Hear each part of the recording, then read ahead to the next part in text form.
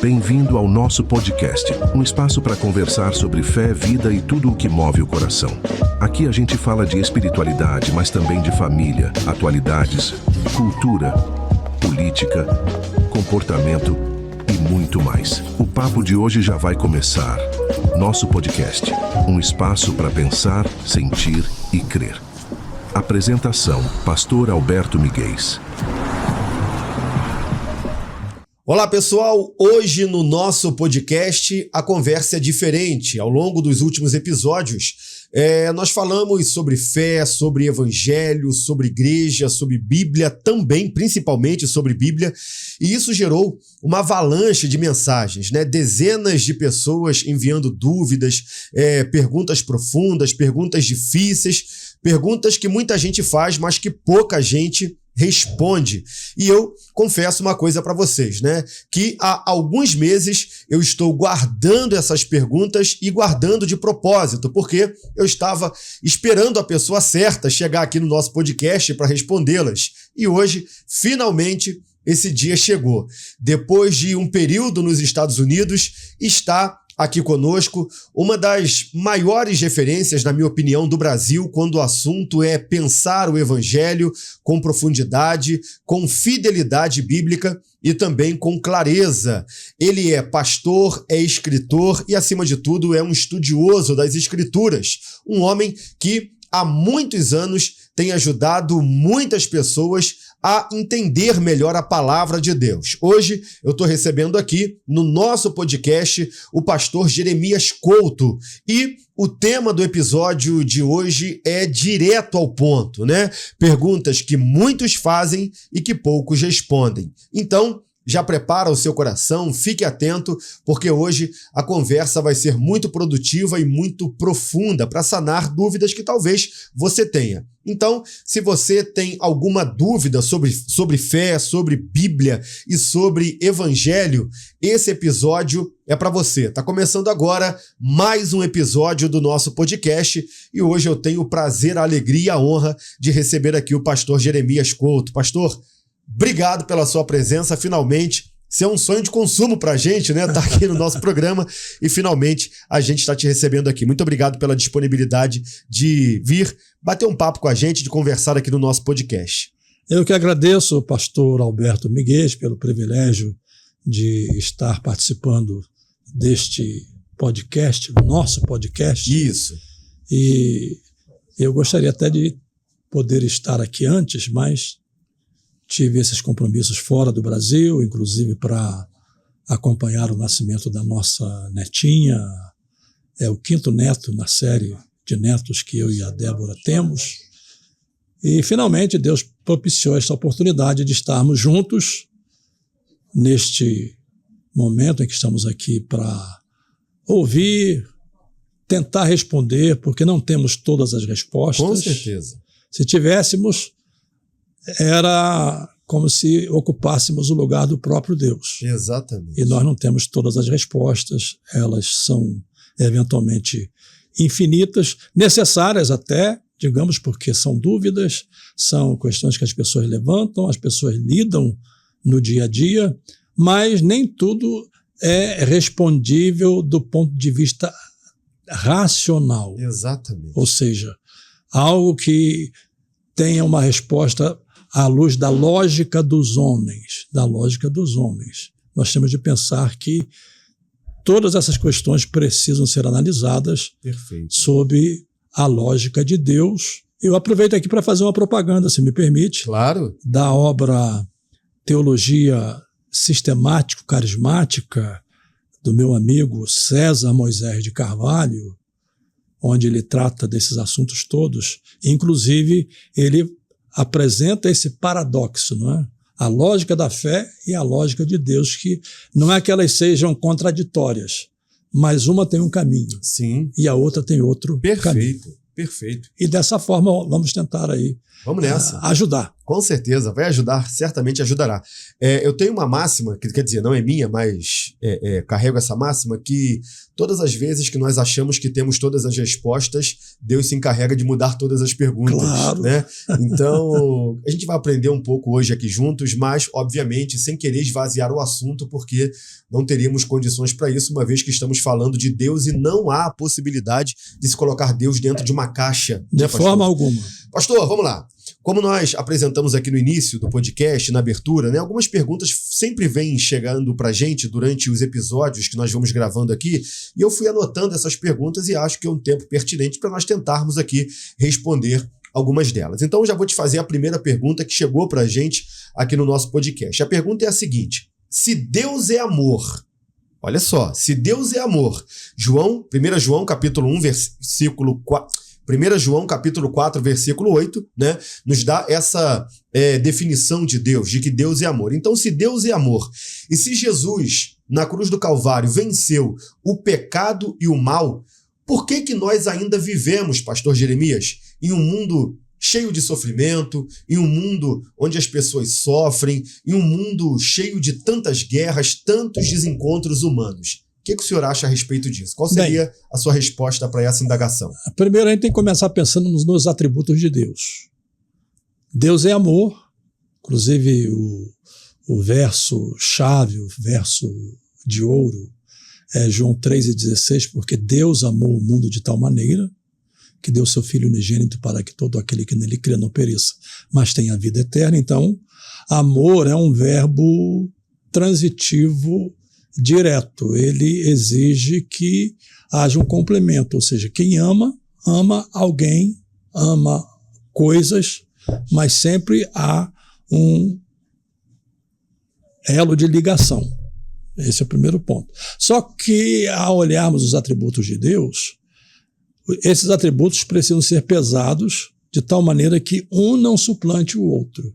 Deus é amor, mas Deus também é justiça, Deus também é misericordioso, Deus também é onipotente, onisciente, onipresente. Então são atributos, poderíamos aqui enumerar vários deles, que precisam ser sopesados um com o outro. Esse é o primeiro ponto. Em relação à pergunta em si mesma, o ato de Jesus amar fez ele dar o seu próprio filho. Isso é uma questão que está envolvida naquilo que chamamos de economia trinitária, ou seja, Pai, Filho e Espírito Santo. Sim. O Pai decide, o Filho voluntariamente aceita a missão e o Espírito Santo gera a pessoa de Cristo encarnado no ventre de Maria para que ele então cumpra o propósito do Pai. Qual é a finalidade primordial da obra de redenção? É prover a salvação.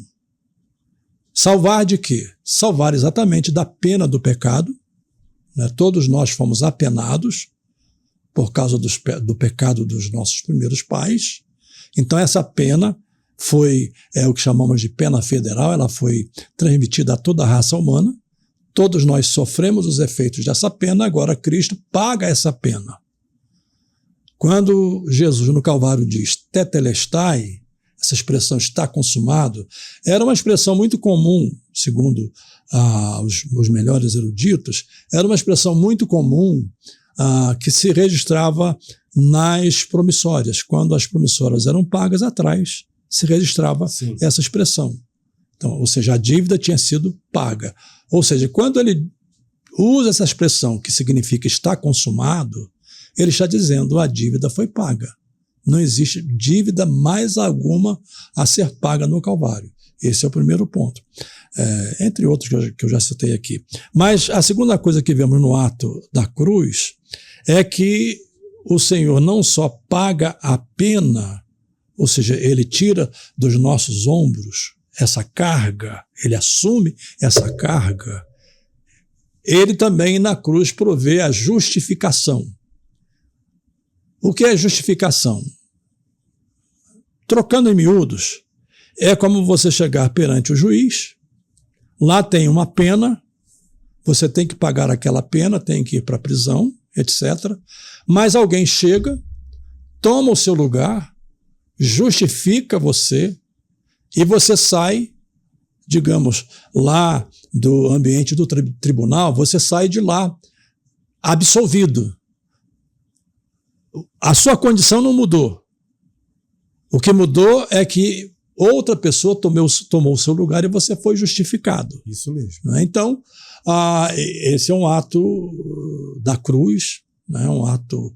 Outro aspecto interessante que também temos de olhar para a cruz é que falamos muito em santificação. E santificação não é obra humana. Esse é um erro que se comete. Santificação não é obra humana. Santificação é obra produzida a partir da cruz de Cristo pelo efeito da graça que nos alcançou, através da qual fomos salvos, e é essa mesma graça que produz essa santificação diária à qual todos estamos submetidos todos os dias. E aí entra um outro aspecto que foi muito bem definido por John Stott, com 3 frases muito interessantes que definem tudo isso que eu estou falando aqui. Ele disse, em Cristo fomos salvos da pena do pecado, estamos sendo salvos do poder do pecado, que é essa nossa transitoriedade humana, e seremos salvos do corpo do pecado, que é a glorificação final. Então nós estamos nesse processo, Sim. nesse ato de desenvolver a santificação, que é a obra da graça de Deus em nós. E aí eu me lembro de uma frase de Lutero, não é, que ele chegou a dizer que quando ele se batizou, ele pensou que o velho homem tinha morrido nas águas do batismo, mas depois ele percebeu que o velho homem sabia nadar. É isso mesmo. Então, o velho homem caminha conosco, essa natureza pecaminosa caminha conosco. E todos os dias essa velha natureza quer pôr as unhas de fora. E essa luta não é humana, porque se você tentar vencer a velha natureza na força humana, é uma força equivalente. A força humana, a força da carne, é uma força equivalente. Então, com essa força equivalente, você não vai vencer. Então, só mediante o poder da graça, o poder do Espírito Santo, você consegue vencer. Então, em linhas gerais, e a pergunta ela já enseja aí uma série de desdobramentos, né?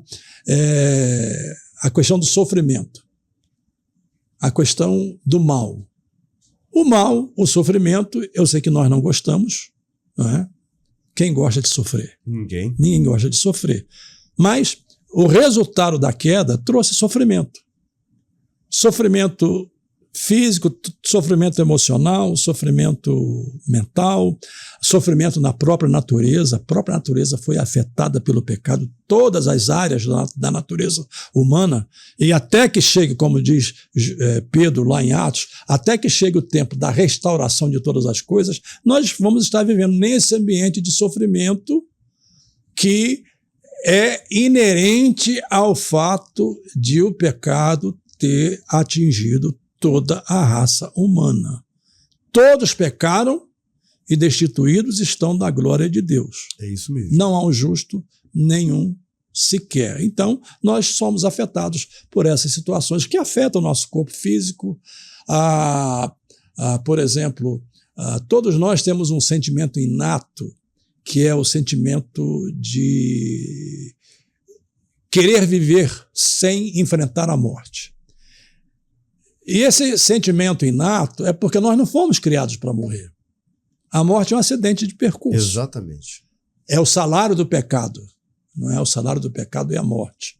Então, ainda assim, nós não gostamos de enfrentar a morte. Agora, para aqueles que creem, esse é o ponto que define a questão. Deus amou o mundo de tal maneira que deu seu Filho unigênito, e aí muda o enfoque, para que todo aquele que nele crê não pereça, mas tenha a vida eterna. Ou seja, a partir do momento em que você crê, a morte, então, ela deixa de ser, digamos, algo que você vá temer, mas ela é meramente um meio de você ser transportado a essa vida eterna que você já recebe hoje em Cristo. Em Cristo, hoje, você já experimenta a vida eterna. Perfeito. Então, pastor, no seu entendimento, o sofrimento hoje ele é dado pelo pecado, né? Pelo fato de o pecado ter entrado no mundo através de um homem. Porque assim, a mesma Bíblia que diz em 1 João 4,8 que Deus é amor, é a Bíblia que também em Romanos capítulo 5, versículo 12, até separei aqui esse texto, diz o seguinte: portanto, como por um homem entrou o pecado no mundo e pelo pecado a morte, né, nós poderíamos entender também como sofrimento, Claro. né? Assim também a morte ou o sofrimento passou a todos os homens, por isso que todos pecaram. Então, o sofrimento humano hoje não é por uma maldade de Deus, não é pelo fato de Deus ele ser masoquista, né? Ao ponto... Tem até um filme que foi lançado há pouco tempo agora que mostra Deus numa... Não sei se você assistiu esse filme. Não assisti. Numa sala... numa sala tem uma mesa e o mundo se resume a essa mesa. E nessa mesa fica ali a humanidade, né? Homenzinhos pequenos. E aí Deus, quando ele tá entediado, ele, vou fazer com que caia uma chuva. Aí cai uma chuva forte, alaga lá toda aquela mesa, as pessoas sofrem, e Deus ele fica ali, obviamente é uma sátira, né, a respeito do entendimento de Deus, e Deus ele fica ali rindo com todo aquele sofrimento.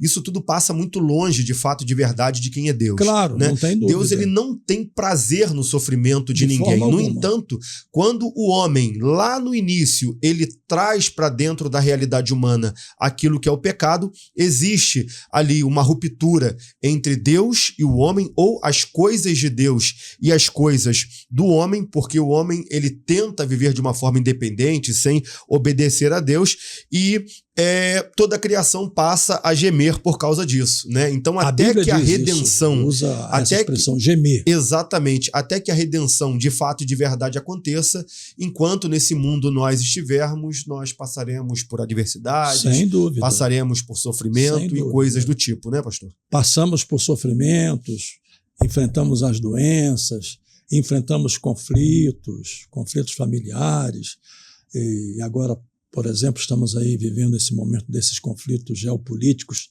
lá na região do Oriente Médio, e isso é produto exatamente dessa ruptura. A palavra que você mencionou, ela é muito forte e expressa bem a ideia. Não é uma ruptura. Quando há não é uma disruptura, é uma ruptura. Quando há uma ruptura, você rompe com a ordem estabelecida. E o rompimento com a ordem estabelecida significa o aparecimento de uma outra ordem. E essa outra ordem que aparece é essa ordem infectada, a palavra é própria, não é? Uhum. É essa ordem infectada pelos efeitos do pecado que atinge todos os homens indistintamente. E aí você vai lidar com isso. Enquanto o mundo não for transformado, enquanto o plano de Deus já estabelecido desde tempos imemoriais não for levado a cabo de maneira conclusiva e definitiva, nós vamos estar lidando sempre com essas situações, embora os homens tentem, não é? E, por incrível que pareça, com todo a dificuldade que o homem enfrenta, inclusive a mente afetada pelos efeitos do pecado, ainda assim nós carregamos a imago Dei, ou seja, a imagem de Deus. Exatamente. E isso quer dizer o seguinte, que o homem é um ser inteligente, e por mais que ele use essa inteligência ainda de uma forma muito limitada, mas ele tem capacidade de produzir, de gerar conhecimento, de produzir invenções, não é? A ponto de chegarmos aí aonde estamos com meios que conseguem, inclusive, até, digamos, fazer regredir tumores, fazer com que doenças sejam tratadas e as pessoas possam se restaurar. A tecnologia hoje tem um papel muito grande nisso. Com certeza. Não é? Mas, ainda assim, esse é o ponto. Você pode até esticar isso ao máximo que você puder, mas aos homens está ordenado morrerem uma vez. Exatamente. Vindo depois disso o juízo. Exatamente. E se não queremos enfrentar o juízo, o tempo aceitável da salvação é hoje. É isso. E para a gente já passar para a próxima pergunta, né, que nós temos algumas aqui, mas eu acho importante a gente considerar também, dentro desse assunto, algo que eu considero extraordinário dentro do cristianismo, é que Deus ele não ficou inerte, nem ficou distante do sofrimento humano, né? Algumas pessoas elas têm essa dificuldade de entenderem Deus exatamente por pensarem que Deus ele está lá no trono, sentado, esperando alguém errar para jogar um raio na cabeça, para poder punir. E quando eu entendo o cristianismo, quando eu entendo o evangelho, eu entendo sobre um Deus também que ele não fica inerte, ele não fica distante do sofrimento humano. Ou seja, Deus ele entra na história junto conosco através do seu Filho Jesus Cristo, como é o texto muito bem citado pelo Senhor de João capítulo 3, versículo 16. Né? Ele se coloca como homem, mas também como um Deus que, assim como nós, também sofreu, assim como nós, também chorou, foi rejeitado, sentiu dor, morreu na cruz, e isso significa que Deus ele não nos abandonou nesse sofrimento. Eu costumo dizer, pastor Jeremias, que Jesus ele veio, a grande missão de Jesus, obviamente, né, ao pisar nessa terra, foi estabelecer o plano da salvação, foi nos dar a condição de nos tornarmos salvos. E esse para mim é o ponto maior da vinda de Jesus na Terra, né? Abriu mão da sua glória, essa coisa toda. Agora, eu acho que Jesus veio também para nos ensinar como gente deve ser, né? Como a gente deve ser. E aí, ele veio para nos mostrar que ele também, né, aqui nessa terra, sofreu, chorou, foi rejeitado, passou por sofrimentos que nós passamos para nos mostrar também que ele sempre esteve próximo de nós em todos os sentidos. O senhor concorda com isso? Acho que eu estou viajando muito aqui. Não está viajando na maionese de forma alguma, e é uma verdade bíblica, não é? A encarnação de Cristo, veja bem, não faria sentido, embora em Cristo, Paulo diz, habite corporalmente toda a deidade, ou seja, Jesus não deixou de ser Deus enquanto homem. É a grande discussão das duas naturezas. Eu escrevi uma obra que vai sair agora nos próximos dias, e-book, tratando das duas naturezas de Cristo. E, embora Jesus continue sendo Deus na sua humanidade, ele não deixou de ser Deus. E essa foi uma discussão que demorou alguns séculos e ela foi definida no Concílio de Niceia. Celebramos agora, no ano passado, 1700 anos do Concílio de Niceia, e depois foi aperfeiçoada no Concílio Niceno-Constantinopolitano, onde também se inseriu a figura do Espírito Santo com a mesma primazia do Pai e do Filho. Então, em Jesus, nós temos o Deus encarnado, mas também não podemos, de maneira nenhuma, achar que ele viveu na Terra como Deus. Ele viveu como homem. Eu costumo dizer o seguinte, eu uso uma figura. Nesse e-book, eu cito essa figura, uma ilustração. Você é diretor de uma empresa. Você tem todas as prerrogativas daquela empresa. Até sexta-feira você está a serviço da empresa. Mas na sexta você vai para casa, vai para a sua vida privada, passa sábado, domingo, e só retoma as prerrogativas da empresa quando você de novo volta para a empresa. Naquele fim de semana, se houver algumas questões que estejam relacionadas à empresa, você tem prerrogativas. Sim. Mas enquanto você estiver na sua vida privada, você não pode usar as prerrogativas da empresa em seu favor. Perfeito. Porque você está vivendo uma vida privada naqueles 2 dias que são os 2 dias, digamos, de folga que você tem. Então você vai usar o seu dinheiro, vai usar os seus recursos, você vai lidar com a vida em comum com a sua família, porque a empresa, nesse período, você, embora tenha as prerrogativas, você não vai lidar com essas questões da empresa. Exatamente. Eu uso a ilustração para mostrar que Jesus, enquanto homem, e você percebe isso já muito claramente, por exemplo, quando Jesus é batizado no Jordão, onde o Pai aparece com a sua voz, o Espírito Santo também, pousando em forma corpórea de uma pomba, e logo depois, lá no capítulo 4 de Mateus, diz que Jesus foi conduzido ao deserto pelo Espírito Santo para ser tentado, e não haveria sentido ele ser tentado como Deus.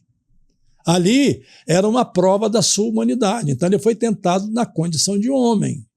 Então não tem esse negócio que Jesus foi semelhante aos homens, mas não foi igual aos homens. Ele foi, claro, nós não somos todos iguais. Eu e você somos tão diferentes que se a gente fizer aqui uma impressão digital, as nossas impressões Exatamente. são diferentes. Sim. Agora, do ponto de vista da constituição física, nós somos iguais. Então Jesus não tinha uma constituição física diferente. A constituição física de Jesus era a mesma constituição nossa, de tal maneira que ele nasceu de uma mulher. Então ele passou o chamado período gestacional de 9 meses no ventre de Maria. Ele viveu como criança. Quando você vai lá para Lucas, capítulo 2, você encontra dizendo que Jesus crescia fisicamente, crescia intelectualmente, crescia socialmente e crescia espiritualmente. Sim, sim. Todo esse processo ele viveu. Ele teve uma infância, ele teve uma adolescência, ele teve uma juventude, e ele só se apresenta para realizar o seu ministério aos 30 anos de idade. Então, ele foi um homem na perfeita acepção do termo, e não estou exagerando se eu disser que Jesus teve febre, não estou exagerando se eu disser que Jesus teve resfriado, não estou exagerando se eu disser que Jesus eventualmente deu uma topada numa daquelas pedras brincando como criança, não estou exagerando que Jesus eventualmente tenha tido problemas intestinais, porque ele era um ser humano que experimentou e, como diz em Hebreus, em tudo foi tentado, inclusive sexualmente. Ele foi tentado em todas as áreas do ser humano. Então, respondida a nossa primeira pergunta. Vamos para a segunda? Vamos embora. Essa segunda pergunta aqui, pastor, ela chegou de uma pessoa, obviamente eu não vou identificar aqui a pessoa, mas chegou de uma pessoa se declarando ateia, né? Em um dos nossos episódios aqui que nós falávamos sobre o caráter de Deus, sobre quem é Deus, até numa conversa com o pastor Wellington Muniz, presidente da Convenção Batista Nacional, que já esteve com a gente aqui também, né, no nosso podcast. Mandar um abraço para esse amigo. Assim que ele soube que você estaria com a gente aqui hoje, já comentou lá também e tal. Que bom. Um abraço, pastor Wellington. E a pergunta é a seguinte: se Deus existe, por que ele não se revela de forma clara para todos definitivamente? E aí, qual é a resposta? É uma excelente pergunta. Se Deus existe, por que ele não se revela de uma forma clara? Ou seja, de uma forma aparente? E aí deixe-me fazer algumas pinceladas. Se formos olhar aquela vida, digamos, no início da criação, essa revelação de Deus para o primeiro casal era uma revelação praticamente direta. Não havia, digamos, interferências. Sim.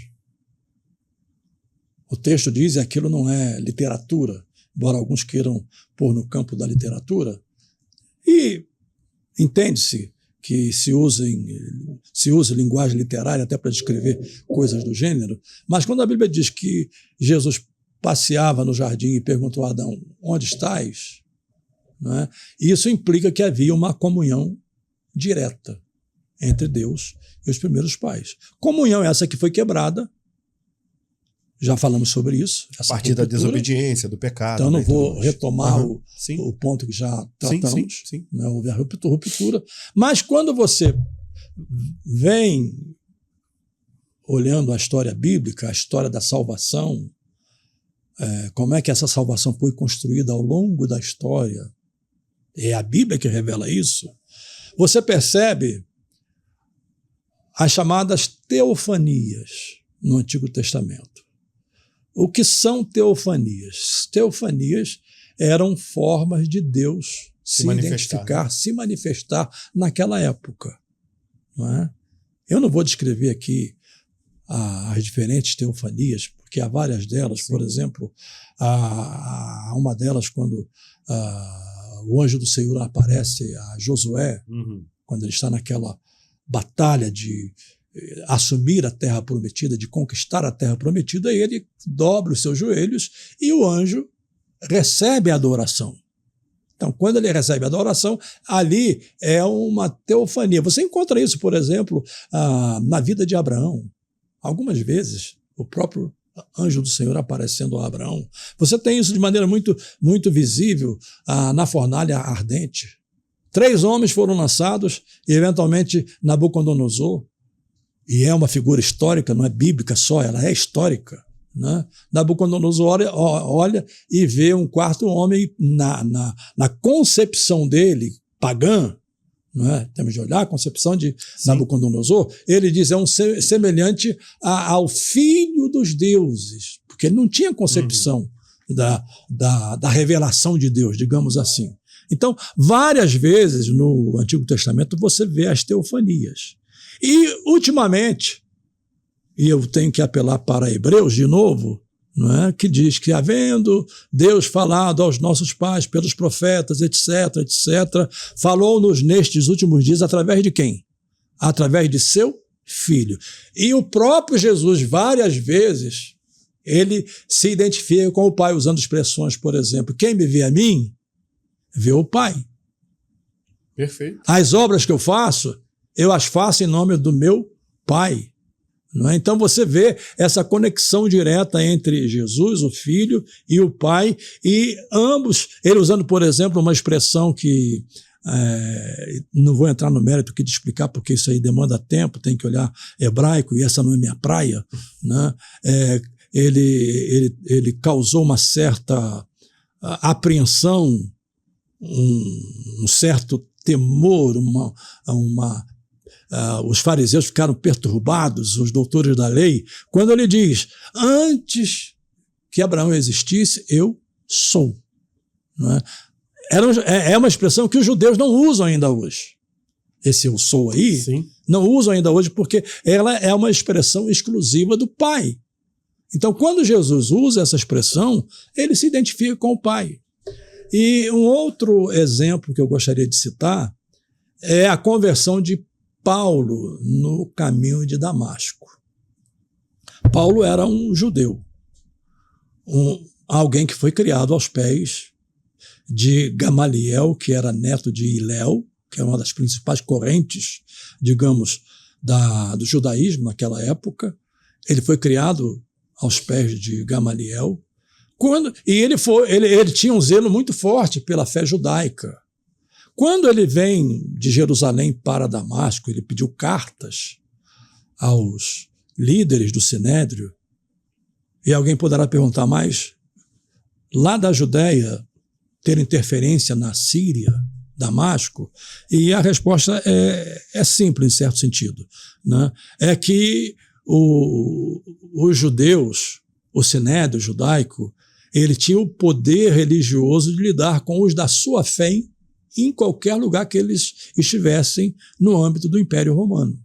Então, Paulo vai à Síria para tentar prender, maltratar e levar para Jerusalém para sofrer o julgamento aqueles judeus que tinham se tornado cristãos. Para resumir a história, quando ele vem naquela cavalgada, ele vê aquela visão esplendorosa, emblemática, enigmática. E aí ele não tem outra resposta, ele poderia dizer assim, que negócio é esse, etc. Não, ele diz, quem és, Senhor? E essa expressão Senhor que ele usa no original, sim, ela conota a ideia de que ele percebia que ali era um personagem que tinha autoridade. Perfeito. Então ele se submete. Perfeito. E ele depois descobre que esse Senhor que ali estava, o próprio Senhor diz, eu sou Jesus a quem tu persegues. Ou seja, pela experiência de Paulo no mundo judaico, das chamadas teofanias no Antigo Testamento, ele percebeu que ele não era algo comum. Perfeito. Mas era o próprio Deus se manifestando naquela teofania. Perfeito. Então, em síntese, meu querido amigo que fez a pergunta, você que está aí do outro lado, eventualmente até assistindo, você vê Deus hoje em Cristo. Perfeito. Eu sou o caminho, a verdade e a vida. Ninguém vem ao Pai senão por mim. João, capítulo 14 e verso de número 6. Perfeito. Eu também, pastor, acrescentaria, talvez, a questão da criação. né? Deus ele se revela através da criação também. Se enganado não estiver, Romanos capítulo 1, que vai falar um pouco sobre isso, né?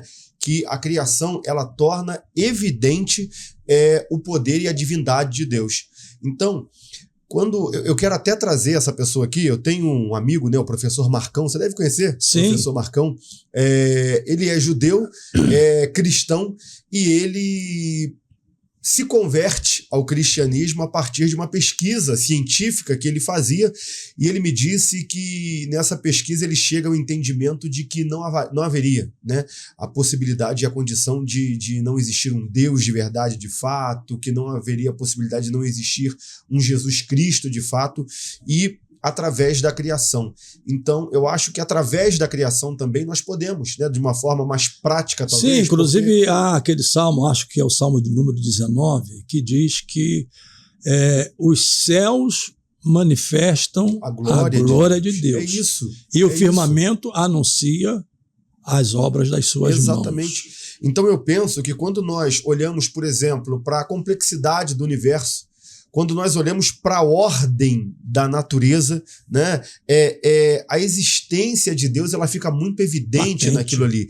E eu também, talvez, levaria para um lado da consciência humana, né, de Deus se revelar através da consciência humana, desse senso. Eu estava assistindo, até vou trazer qualquer podcast desse, vou trazer esse vídeo aqui para os nossos espectadores acompanharem, um vídeo de algumas crianças que elas não tinham corretamente ali o senso sobre, nunca ouviram falar sobre racismo, essa coisa toda, não sei se o senhor chegou a assistir esse vídeo, e aí num teste social colocaram uma criança negra e pediram para que aquelas crianças brancas pudessem menosprezar, pudessem ter atitudes racistas com aquela criança negra.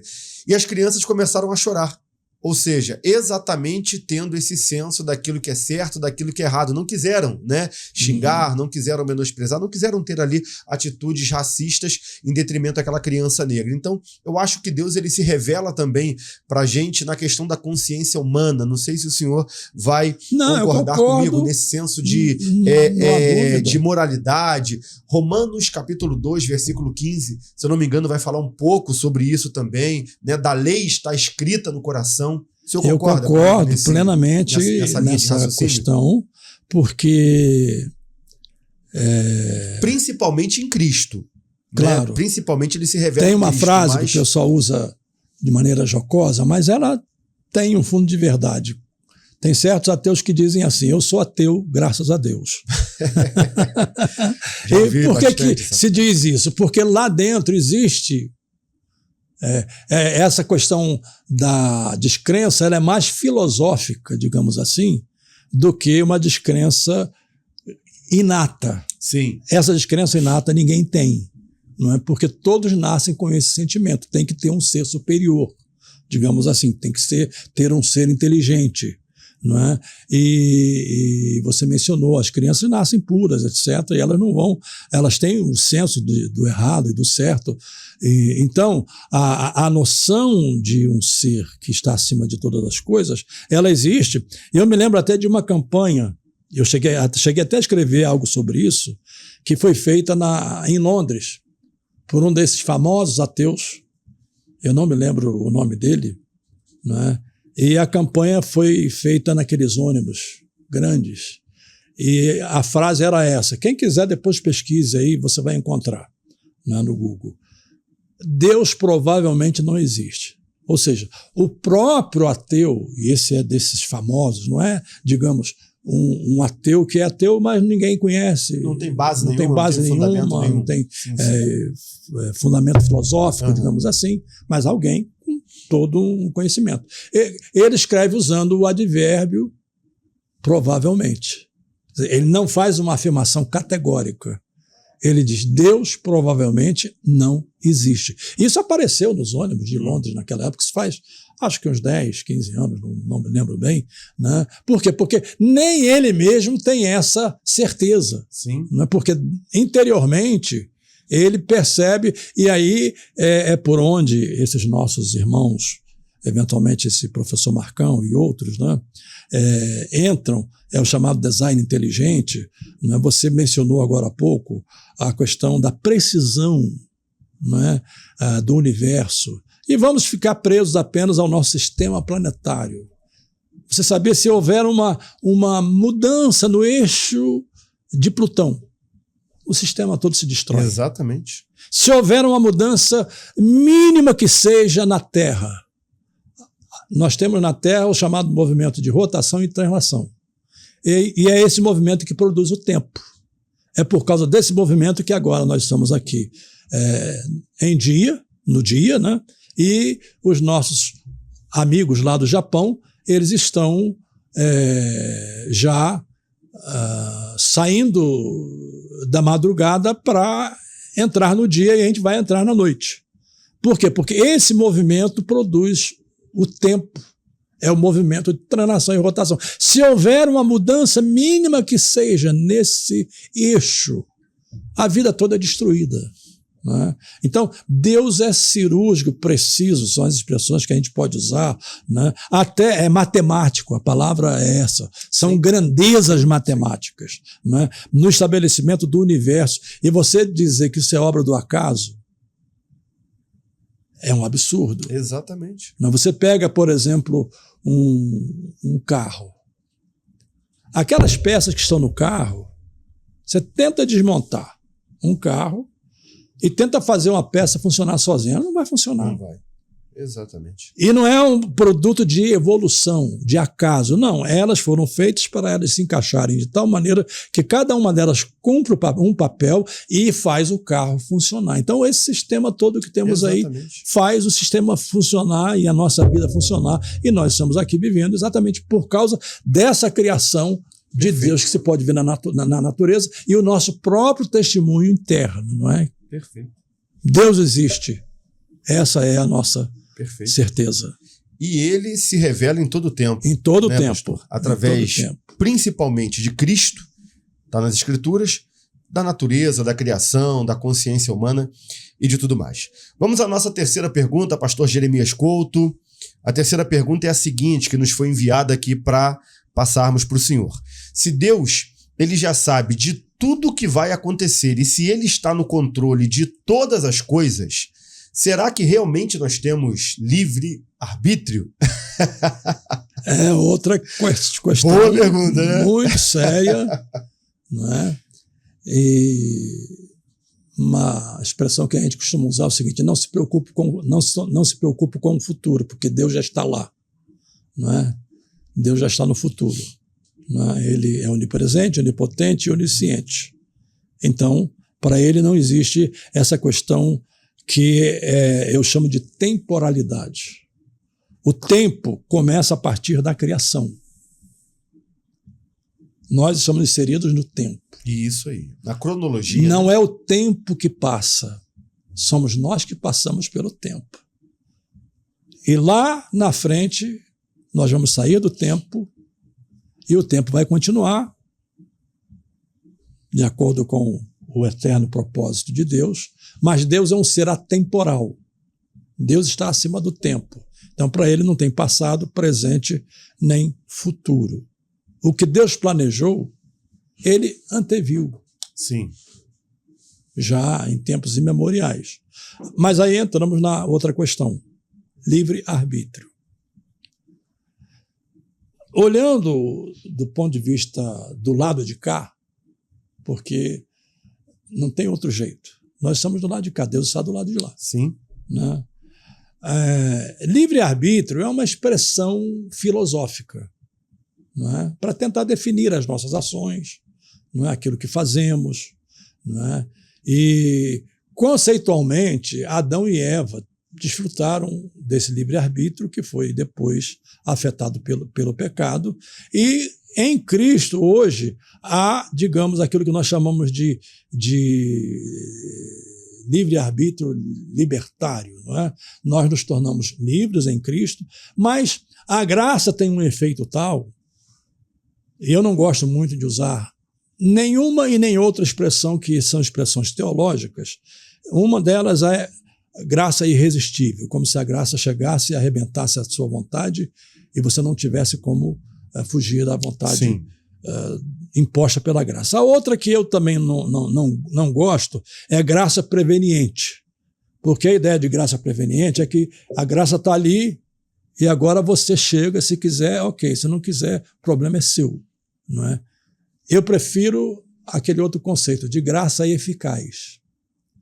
Ou seja, quando a graça chega, o seu entendimento é de tal maneira iluminado, o seu coração, porque quem convence, diz a Bíblia, quem convence o homem do pecado, da justiça e do juízo é o Espírito Santo. Espírito Santo. Então, o seu coração, a sua mente são iluminados de tal maneira que você livremente só tem uma decisão a tomar.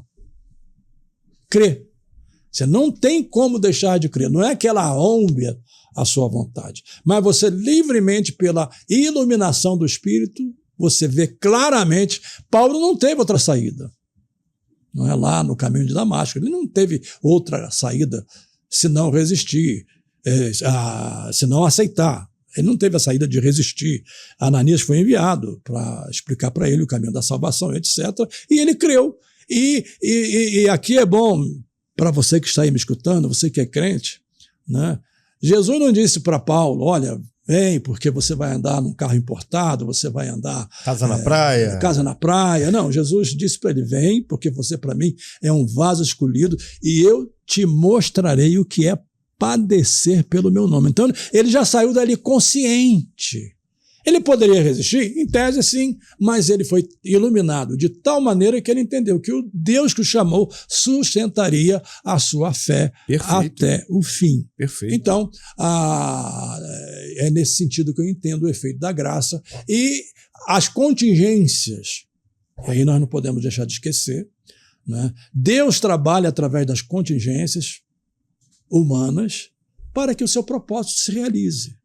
Não é? Nós praticamos alguma coisa e tem uma expressão muito comum que a gente costuma dizer, isso não é coincidência, é Jesuscidência. Isso. Né? Porque é através daquela contingência que alguma coisa vai acontecer que está dentro do propósito de Deus. E se você está cansado de ver, eu pelo menos vejo isso praticamente todos os dias na minha vida, né? Coincidências tais que eu não posso dizer que essas coincidências foram, entre aspas, coincidências, senão Deus se utilizando das contingências. Eu poderia citar vários exemplos bíblicos. Vou citar um que é clássico, né? Roboão se tornou o rei da nação de Israel, substituindo seu pai, Salomão, sucessor de Salomão, e ele preferiu seguir o conselho dos jovens, dos assessores, e fazer o seu dedo mindinho ser mais pesado do que o dedo polegar de seu pai, e impondo uma sobrecarga de impostos, e o povo já estava sobrecarregado, porque muitos recursos foram tirados para a construção do templo em Jerusalém. O que aconteceu? O reino foi dividido. Jeroboão tomou a frente. Então, temos, a partir de então, o Reino do Sul, constituído da tribo de Judá e de Benjamim, e o Reino do Norte, constituído das 10 tribos do norte de Israel. Até aí tudo bem, contingências. Mas lá, depois, você encontra um profeta que não aparece. Ele não é um profeta canônico, ele não escreveu livros, né? E Roboão estava montando um exército para combater contra Jeroboão. Aí Deus diz ao profeta, vai lá e diz para Roboão, para ele não fazer isso, porque foi eu quem fiz isso. Ou seja, aquela ação da rebelião, Deus assume para si. Né? Então, eu não tenho como explicar, é aquilo que eu disse no início. Né? Muitas coisas estão além da minha capacidade humana. Exatamente. Mas Deus trabalha através das contingências para que o seu propósito maior se realize. E, por exemplo, eu marquei que estaria aqui hoje às 3 horas, mas poderia não estar. Sim. Por alguma razão, atraso na condução, no veículo, doença, ou qualquer outra razão, você poderia não estar, sim. Não é? E isso não está no nosso controle. Você não tem controle, nem eu, do dia em que vamos morrer. Né? A gente se prepara e, pela lógica, eu estou mais na frente do que você. Né? Mas controle nós não temos. Exatamente. Né? Então, livre-arbítrio nessa acepção, aí eu prefiro aquela expressão da fé reformada. Eu prefiro livre agência. Nós somos agentes do plano de Deus neste mundo. Perfeito, perfeito. E a minha preocupação, né, um pouco enquanto hoje, como pastor de igreja, e essa é uma pergunta que corriqueiramente vem, né, nos gabinetes da vida, logo após as aulas de escola bíblica dominicais da vida, é exatamente nesse sentido, né, pastor? E eu tenho percebido nesse tempo também que algumas pessoas elas vêm perguntar sobre isso com segundas intenções. Ah, claro. E eu explico aqui sobre a questão das consequências das escolhas humanas. Ou seja, o que eu estou vivendo, se o que eu estou vivendo é propósito de Deus, se tudo está no controle de Deus, se eu não tenho para onde correr, então determinada ação que eu tive ou que eu cometi está no controle de Deus. Foi vontade de Deus, foi permissão de Deus. Então acho que a gente precisa ter um pouquinho de cuidado às vezes, né? E gostei muito da sua resposta em relação a esse tema, porque na necessidade, no desejo de querer responder alguma coisa para alguém, a gente vai acabar respondendo alguma coisa que vá em direção ao que a pessoa quer ouvir, né? Sobre essa questão da liberação, talvez, de uma responsabilidade humana, ou nem de uma liberação, mas de uma consequência da responsabilidade humana, jogando tudo na conta de Deus, né? É a vontade de Deus, é o propósito de Deus. Deus quis assim, então eu estou vivendo isso porque é a vontade de Deus. Existem duas verdades bíblicas. Primeiro, a soberania de Deus. E a segunda, a responsabilidade humana. E, eventualmente, elas podem parecer contraditórias, mas elas não são contraditórias. Elas são verdades bíblicas que andam em equivalência e você não pode anular nenhuma nem a outra. As duas verdades bíblicas caminham juntas. Deus é soberano e o homem é responsável pelos seus atos. Perfeito. Indistintamente. É isso. Eventualmente você vai errar, não é? Eventualmente Deus vai corrigir os seus erros, né? Você erra, mas Deus vai lá e conserta. Deus vai lá e ajeita a bagunça que você fez, não é? Mas você não pode pôr essa bagunça na conta de Deus, não é? Isso é sua responsabilidade. E eventualmente Deus usa você nas suas contingências. Por exemplo, você tem filhos, você tem amigos. Falar de Jesus para essas pessoas é sua responsabilidade. Agora, aplicar a verdade ao coração dessas pessoas não é sua. É isso aí. É responsabilidade do Espírito Santo. Exatamente. Então, são duas verdades que a gente não pode... Elas não são excludentes, não é? Elas estão ali e caminham juntas como verdades da palavra de Deus. Não, sim. E o senhor, melhor do que ninguém, sabe o quanto que pastorear é difícil, né? Por exemplo, esses dias, não foi nenhum gabinete, porque não é uma pessoa da minha igreja, mas eu fui procurado através de um vídeo meu nas redes sociais, falando sobre Deus, né, sobre soberania de Deus, sobre vontade de Deus, essa questão toda, e sobre responsabilidade humana. E a pessoa ela tinha algumas indagações no âmbito sexual, né, da prática sexual com a sua esposa. E a todo tempo ela me perguntava e eu respondia, ela me perguntava e eu respondia, obviamente uma visão pastoral, uma visão bíblica para aquela questão, e eu entendi ali no meio daquela conversa que ela queria que eu afirmasse aquilo que ela queria ouvir, né? E eu falava, olha, meu irmão, biblicamente é isso aqui. Não, mas eu acho assim, porque se não for assim o casamento não vai dar certo, tem que experimentar, tem que fazer. Tá, mas a visão bíblica é essa. Eu falei, e chegou um momento que eu falei, cara, você só está esperando um tempo em que eu vá afirmar para você aquilo que você quer ouvir, para você sair dizer, para você chegar para sua esposa e falar, não, o pastor Alberto Miguel acha que é dessa forma, o pastor corrobora com o mesmo pensamento que eu. Então, quando entra nessa questão de responsabilidade, eu acho que o caminho é esse entendimento, né? Nós falamos aquilo que a Bíblia diz que nós devemos considerar, a pessoa não entende... ela entende ou não, só que nós não temos... Infelizmente, por exemplo, no mundo das redes virtuais, a gente está cheio desse tipo de gente. Sim. Gente que não quer contribuir, gente que não quer construir, gente que quer simplesmente te pegar no contrapé. Exatamente. Então fazem perguntas capciosas. Exatamente. Fazem perguntas com segundas intenções. E, eventualmente, há pessoas que vêm, não é, também em gabinetes ou em conversas pessoais com as mesmas capciosidades. E o maior exemplo de capciosidade, para você que está aí me ouvindo e me vendo, nós temos no próprio diabo. Lá no Éden, as questões que foram colocadas foram questões capciosas, com segundas intenções. Né?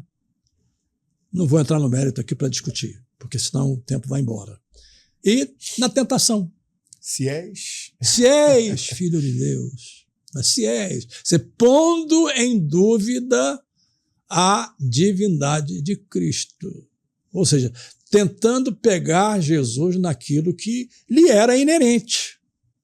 Mas ele ali estava vivendo na condição humana. Se és filho de Deus. E eu acho que o trabalho dele é sempre contraditar também aquilo que Deus disse, claro. Né? Porque Mateus capítulo 4, né, que fala sobre a tentação de Jesus no Mateus deserto, 4, só que você pega o último versículo de Mateus capítulo 3, quando Jesus termina de ser batizado, a gente já usou esse texto aqui para falar numa resposta anterior, Deus, ele vai se manifestar através da voz, né, e vai dizer, este é meu filho amado, em quem eu me comprazo. O Espírito Santo se manifesta através de uma pomba, e aí, logo no capítulo 4, quando ele vai tentar a Jesus, ele começa a dizer para Jesus, será que tu realmente é filho de Deus? Ou seja, ele vai sempre tentar colocar em xeque, em dúvida, aquilo que Deus diz ao nosso respeito, né, pastor? E às vezes, uma situação que você vive, essa é a maneira de o diabo tentar trabalhar para destruir a sua fé.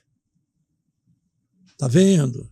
Você é crente, como é que isso pode acontecer com você? E aí vem com todos aqueles arrazoados que você faz.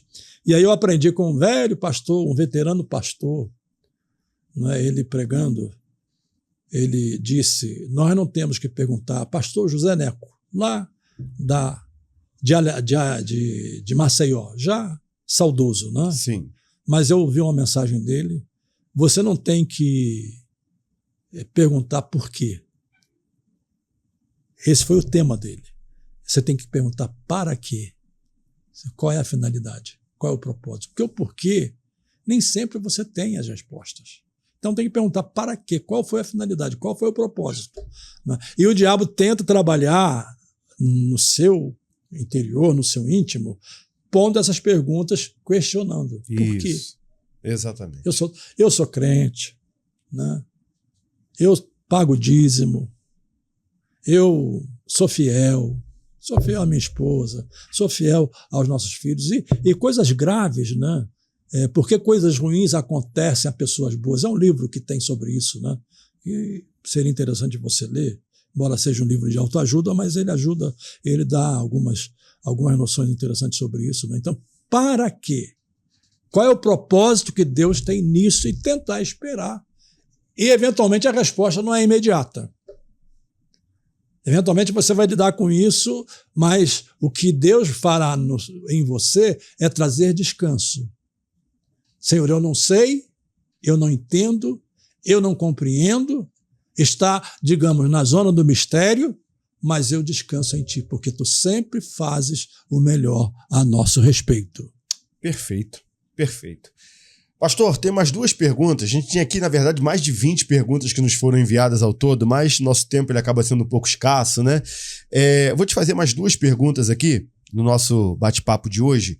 E uma é mais no campo teológico, né? Dentro de uma conversa que nós tivemos aqui também, em um podcast, essa dúvida acabou sendo gerada no coração, no entendimento de uma pessoa que assistiu o nosso episódio. E essa pessoa perguntou o seguinte, é verdade ou não que existiu uma geração pré-adâmica? O senhor tem algum conhecimento a respeito desse termo? Sabe alguma coisa a respeito disso? E qual seria, se o senhor tivesse conhecimento, qual seria a sua visão? Existiu uma geração pré-adâmica? Só para o entendimento de quem está nos assistindo e acompanhando aqui o nosso podcast, né?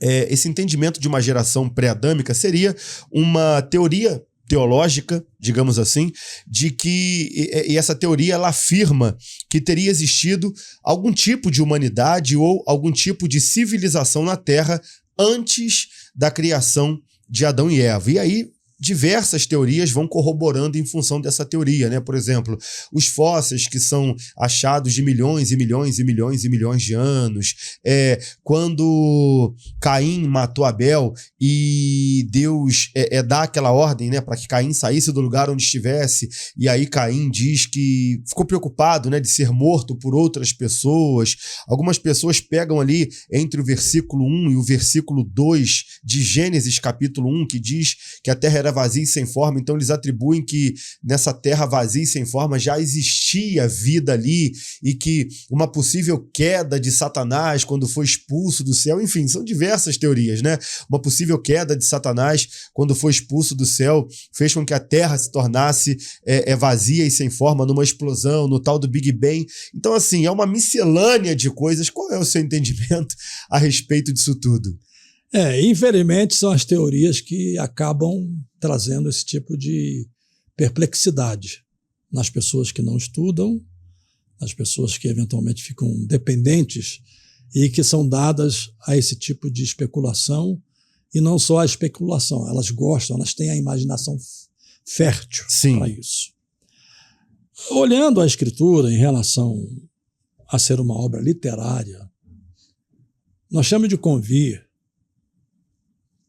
e isso demandaria quase que um podcast só para tratar do tema, mas temos de convir que nós temos saltos entre um capítulo e outro, etc., porque ali não é uma história cronológica. Sim.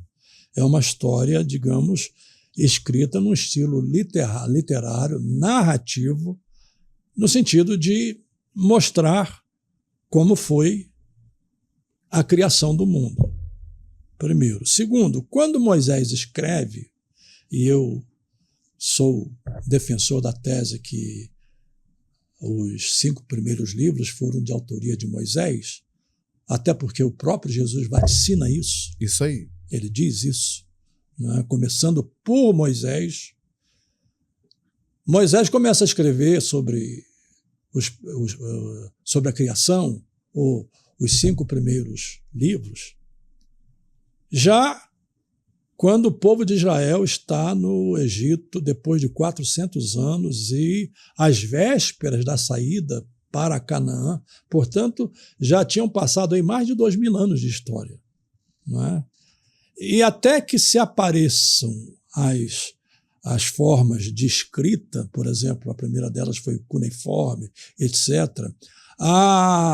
as questões históricas, elas eram passadas naquilo que nós chamamos de oralidade. Oralidade, ou seja, de geração para geração. Quando a escrita aparece, então a escrita começa a registrar. Tanto que você vai encontrar na literatura babilônica, vai encontrar na literatura sirofenícia, na literatura suméria, aliás, né? Você vai encontrar várias descrições, por exemplo, do dilúvio e de uma luta do bem contra o mal, que foram verdades sendo passadas e distorcidas ao longo do tempo. Então, Moisés corrige isso. É mais ou menos como se Deus dissesse: Moisés, escreve aí, não é como eles estão dizendo, é desse jeito aqui. Sim. Né? Então, você encontra ali saltos. Você não pode trabalhar com um livro cronológico, né? Esse é um ponto. O segundo ponto que eu gostaria de ressaltar é que nós temos aí várias teses, não é? Por exemplo, a teoria da lacuna, que no versículo 1, a terra era sem forma e vazia, isso era decorrente de Lucifer ter sido lançado do céu, etc., e Deus então teve de recriar a terra, e etc. Também não dá para entrar no mérito aqui, porque a gente tem que ter material sim. E discutir o tema com pormenoridade. Eu, pessoalmente, não sou adepto da teoria da lacuna. Eu creio que Deus criou, ponto final, o céu e a terra, e você vem depois ali a descrição nos versos seguintes, e depois no capítulo 2, essa descrição é repetitiva, mas agora de forma, digamos, mais pormenorizada, com detalhes mais amplos, não é, que não aparecem no capítulo 1. Eu estou fazendo essa digressão toda para dizer o seguinte: eu não creio em raça pré-adâmica. porque não tem base histórica, não tem isso, nem base teórica. Não tem base teórica. Aí nós vamos entrar no terreno do evolucionismo. Existe o chamado evolucionismo teísta. O que é o evolucionismo teísta? É aquele que crê que Deus criou, mas começou lá atrás, com esse desenvolvimento das células que Sim. foram se formando em seres até chegar ao homem como conhecemos hoje. Mas é uma teoria. Você não tem, digamos, Uma base, né? Uma base. Quando se diz, os fósseis, muitos desses fósseis são fraudes. A datação é uma datação fraudulenta. Então, ainda hoje não se tem, digamos, um fóssil ou fósseis que podem ser usados para estabelecer a transição entre essa suposta raça anterior, o hominídeo e coisas do gênero, para a raça humana. Nós não temos esses elementos. Então, eu prefiro ficar com o que a Bíblia descreve. Com a literalidade bíblica. Com a literalidade bíblica, não esquecendo que o diabo, ele, ao ser expulso do céu, veio com ele uma terça parte dos anjos, segundo Pedro, parece, eles estão aprisionados lá no inferno, aguardando a hora do julgamento. Então, eu não tenho respostas para isso, sendo muito honesto. Perfeito. Eu vou ficar com uma fala do Dr. Russell Shedd, uma vez que lhe perguntaram a respeito da Bíblia, e perguntaram para ele o seguinte: doutor, você acredita de verdade na Bíblia, em tudo que a Bíblia fala? E começaram a pontuar alguns textos que beiram o absurdo, na cabeça e na finitude da mente humana. E aí o Dr. Russell Shedd, ele responde o seguinte: eu acredito tanto na Bíblia, que se lá tivesse escrito que em vez de Jonas ter sido engolido pelo grande peixe, que Jonas foi quem engoliu o grande peixe... Eu sou da mesma linha. Eu acreditaria. E eu sou da mesma linha, é nisso que eu acredito, é nisso que eu penso. E eu também sou totalmente favorável à literalidade da Bíblia. Se a Bíblia diz, eu acredito, eu creio. E eu creio, de fato, que o primeiro homem a ser criado foi Adão, a primeira mulher foi Eva, e a partir daí, se estabelecem as famílias, as sociedades e o que nós temos enquanto sociedade e mundo começam a acontecer. Estamos juntos. Juntos. Estamos juntos. Pastor, eu posso fazer mais duas perguntas aqui? Pra gente poder... Na verdade, eu ia fazer mais uma só, mas você falou sobre inferno, sobre o diabo estar aprisionado lá, e tem uma pergunta que nos foi enviada aqui exatamente a respeito disso. A pergunta, deixa eu achar aqui, são tantas perguntas que chegaram aqui, deixa eu achá-la. A pergunta... Rapaz, cadê a pergunta? Cadê a pergunta a respeito do inferno? Peraí, tá? Tô chegando lá. Caio, calma que eu tô chegando nessa pergunta já. Achei. A pergunta é a seguinte: o inferno é literal ou simbólico?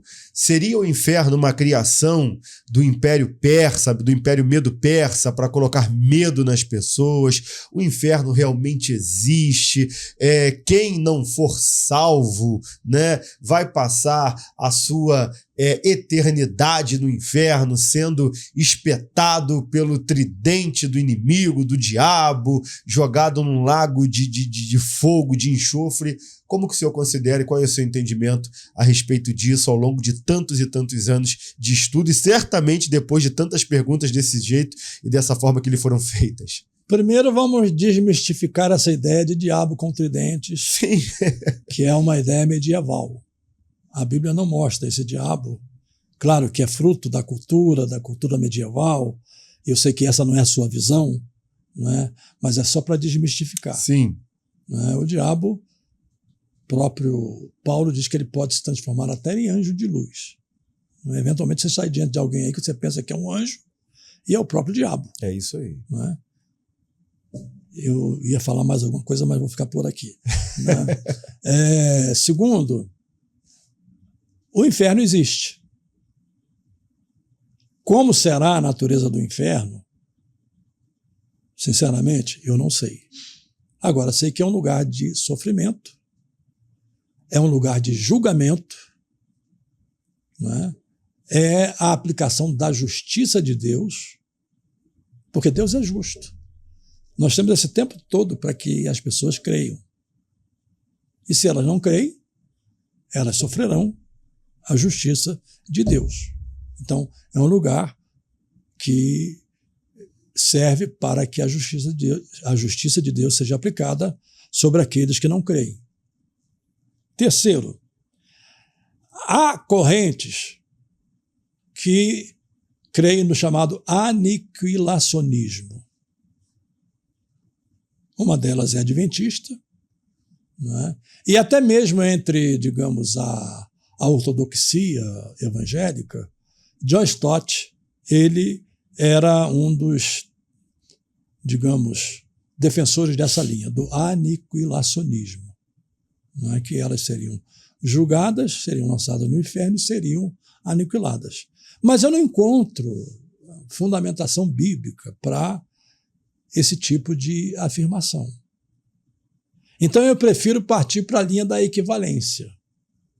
Para mim, a linha da equivalência ela é mais adequada porque você teve toda a sua vida para crer e creu, e agora você vai desfrutar.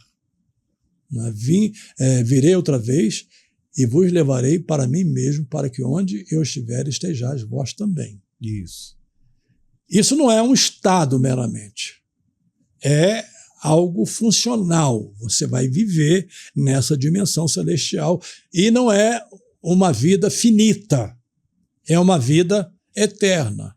Então, se eu trabalhar o conceito da equivalência aplicando a justiça, não faz sentido você ter essa vida eterna e esse julgamento ser um julgamento finito, em que Perfeito. Eles vão ser aniquilados no inferno, porque aí você tira a proporcionalidade.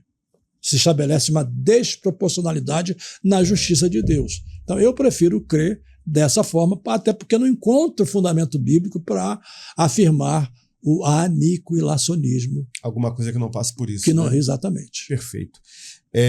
Eu penso que, obviamente, né, enquanto conhecedor de todas as coisas, Deus ele está em todos os lugares, mas eu acho que uma das piores, ou a pior coisa do inferno vai ser exatamente que Deus não estará lá. Exatamente. Né? A justiça dele vai estar lá. Exatamente. Mas a presença dele não estará lá. Então, eu acho que vai ser o pior ponto do inferno.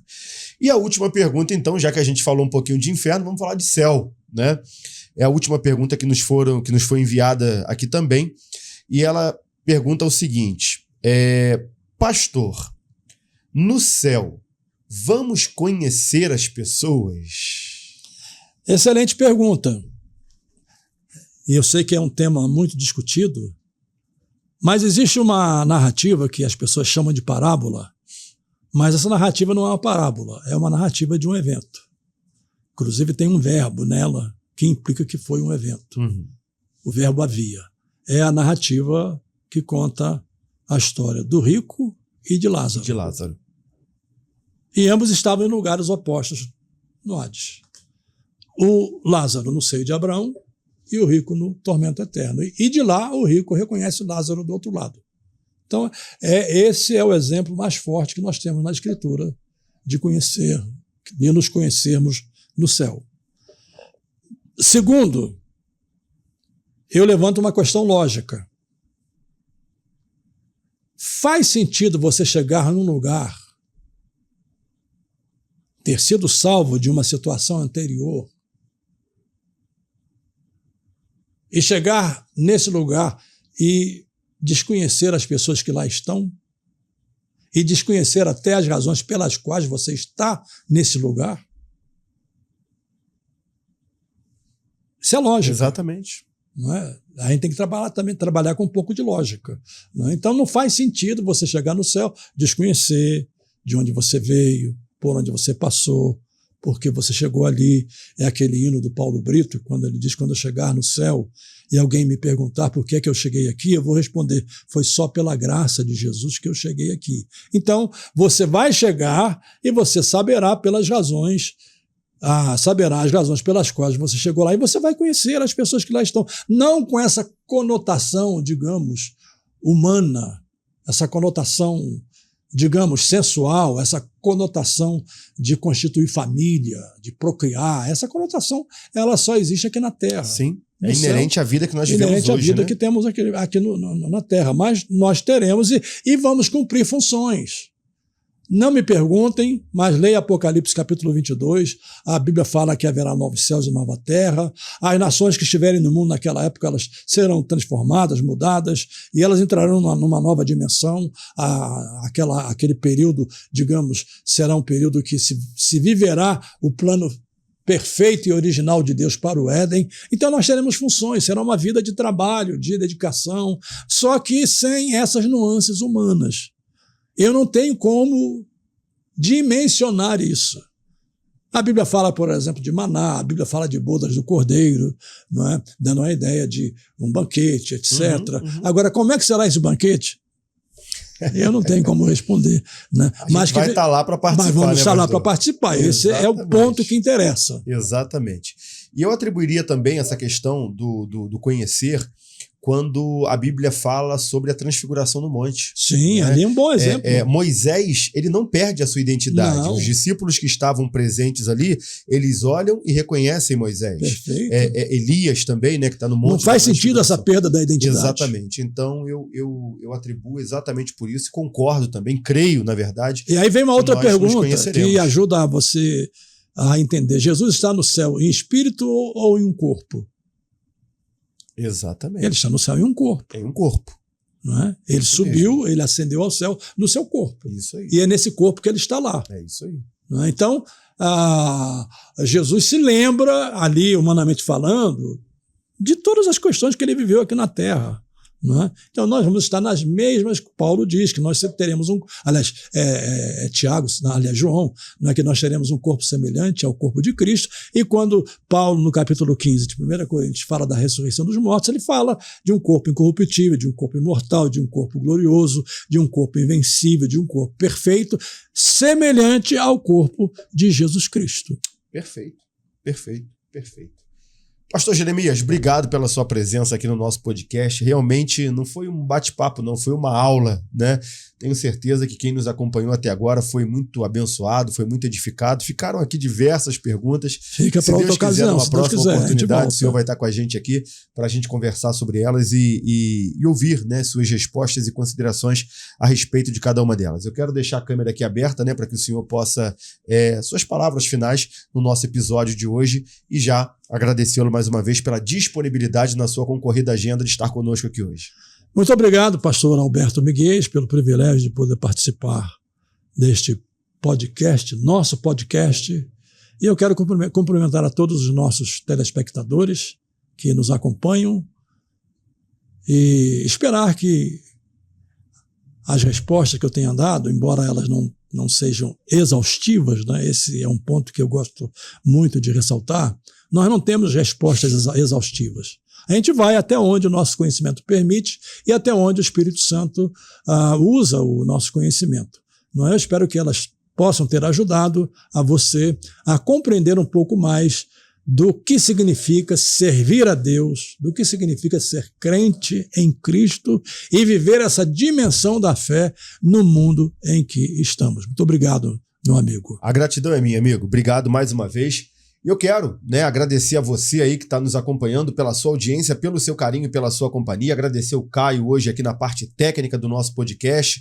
A você que nos acompanhou até agora, estou deixando aqui no rodapé do vídeo as redes sociais do Pastor Jeremias, Instagram, muito obrigado, né, para que você possa conhecer um pouco mais. Eu sempre aprendo muito lá. Estou sentindo falta das caixinhas de pergunta, de resposta, viu, Pastor Jeremias? Faz muita falta e sempre é muito esclarecedor. Então, acompanhe lá as redes sociais do Pastor Jeremias Couto também. Eu tenho certeza que você será muito abençoado. Obrigado pelo carinho. Eu quero deixar um convite para você que está nos acompanhando. Você que sonha em ter o seu podcast, você que tem uma voz, que é uma voz e deseja levar essa voz para as pessoas, venha conhecer os estúdios da TV Cidade para que, assim como o nosso podcast, você possa ter o seu podcast aqui também, levar as suas ideias, as suas considerações e acrescentar, né, nesse mundo de tantas vozes, tantas pessoas falando o que querem, como sociedade, enquanto sociedade, nós precisamos que as boas vozes não se calem. E você, se tem essa voz, esteja conosco aqui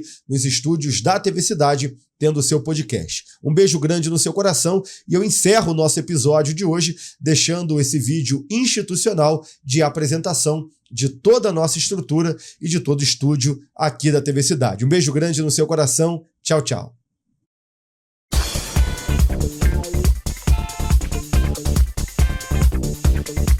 Você sempre sonhou em ter o seu próprio podcast com microfone profissional, câmeras de alta qualidade, um cenário top? Então se liga, o novo estúdio podcast da TV Cidade está pronto para transformar o seu sonho em realidade. Aqui você grava com qualidade de TV num espaço moderno, equipado com tecnologia de ponta e uma equipe técnica que entende do assunto. Pode ser entrevista, bate-papo, opinião, humor e informação. Seja qual for o formato, o espaço é seu. E o melhor, aqui você não precisa se preocupar com nada, é só chegar, sentar e gravar.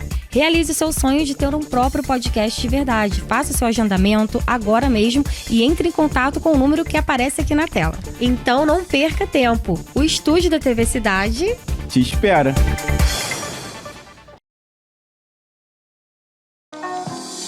Muito obrigado por ter assistido o nosso podcast. Se você gostou do conteúdo, se inscreva em nosso canal, siga as nossas redes sociais e compartilhe este episódio com alguém. Até o nosso próximo episódio.